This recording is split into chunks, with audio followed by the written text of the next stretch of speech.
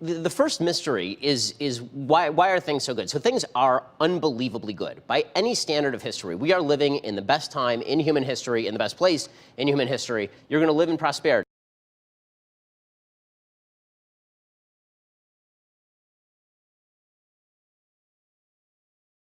Free speech is under assault because of a three-step argument made by the advocates and justifiers of violence. The United States is a global engine of growth, not just because of free markets, but because of the values embedded in free markets. The only way to ensure that political correctness continues to lose is if we tell the truth. I have a very strong standard with regard to incitement. If I'm not telling somebody to commit violence, I am not inciting them to violence. If we don't have social fabric, if we don't have community, if we don't know what America is about or what we're doing in the world, if we don't have purpose and meaning, it makes it almost impossible to live a fulfilled life. Left versus right matters a hell of a lot less than right versus wrong, and right versus wrong is just another way of saying true versus false. Well, please welcome my good friend who has appeared on the show before, the editor-in-chief of the Daily Wire, who is the author of several books, Ben Shapiro, who is here to talk about his latest book, The Right Side of History, which is online and in stores today. Welcome, Ben Shapiro.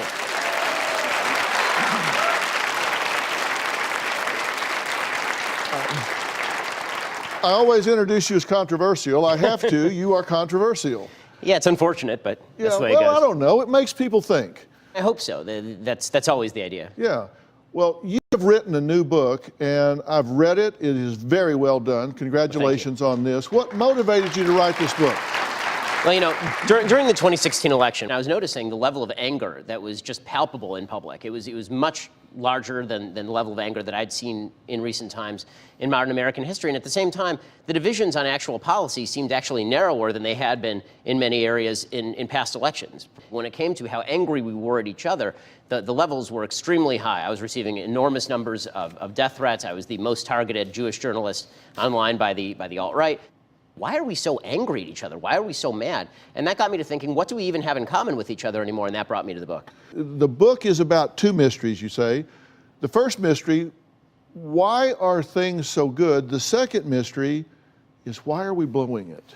So the first mystery is why are things so good? So things are unbelievably good. By any standard of history, we are living in the best time in human history, in the best place in human history. You're going to live in prosperity. You're going to be able to order any product you want with the press of a button. It will arrive magically at your door inside of 3 days. I mean, it's an amazing time to live, an incredible time to live. And at the same time, suicide rates are going up. They're the highest that they've been in decades. Our dissatisfaction with our social institutions is extremely high. The level of anger, as I say, at one another is palpable. We feel like our politics are broken. We're calling for revolutionary solutions.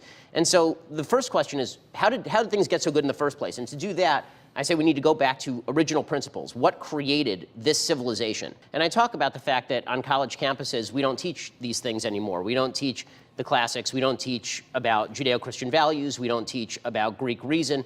We don't teach the foundations of Western civilization. Instead, it seems like we have replaced the entire conversation about what made the West great with why the West sucks. And that's just not true. The West doesn't suck. The West is pretty unbelievable. And that is true by any standard. I mean, even take issues that are deeply controversial, like the issues of race. Racism in America, by any metric, is at an all-time low. And yet we are treating each other as though race issues are the most pressing issues in America. Now, racial injustice and racial intolerance and racism itself, we should be calling it out wherever we see it. But to suggest that Western civilization is the repository or the creator of racism, that's just a failure to acknowledge realities on the ground. You say racism is at an all-time low, but you acknowledge if you're the target of it, if you're the one that's suffering it, for you it's 100%. You might be a part of a statistic where it's the lowest it's ever been, but if you're the one that's being excluded, you're the one that's being marginalized, you're the one that's being impacted by it, for you, it's 100%. It doesn't matter where it is statistically. That is, of course, true. And as I've said, I was the #1 target of online anti-Semitism in 2016. That does not mean that America is an anti-Semitic country. America is an overwhelmingly philo-Semitic country that has been incredibly good to Jews. It works the other way, too, right? We can recognize that our personal experience may not, in fact, be indicative of what American civilization is. And we have to separate those two things out, because otherwise, we end up creating false divides. I think every good-hearted person in America wants to find individual instances of racism and then fight them. The question becomes, do you see America as a repository of evil that needs to be torn down and then replaced with something else? Or do you see America as a country that has great principles that we have not always lived up to, but that we are trying to live up to better and better every day? Right. All right. Well, the book is The Right Side of History by Ben Shapiro.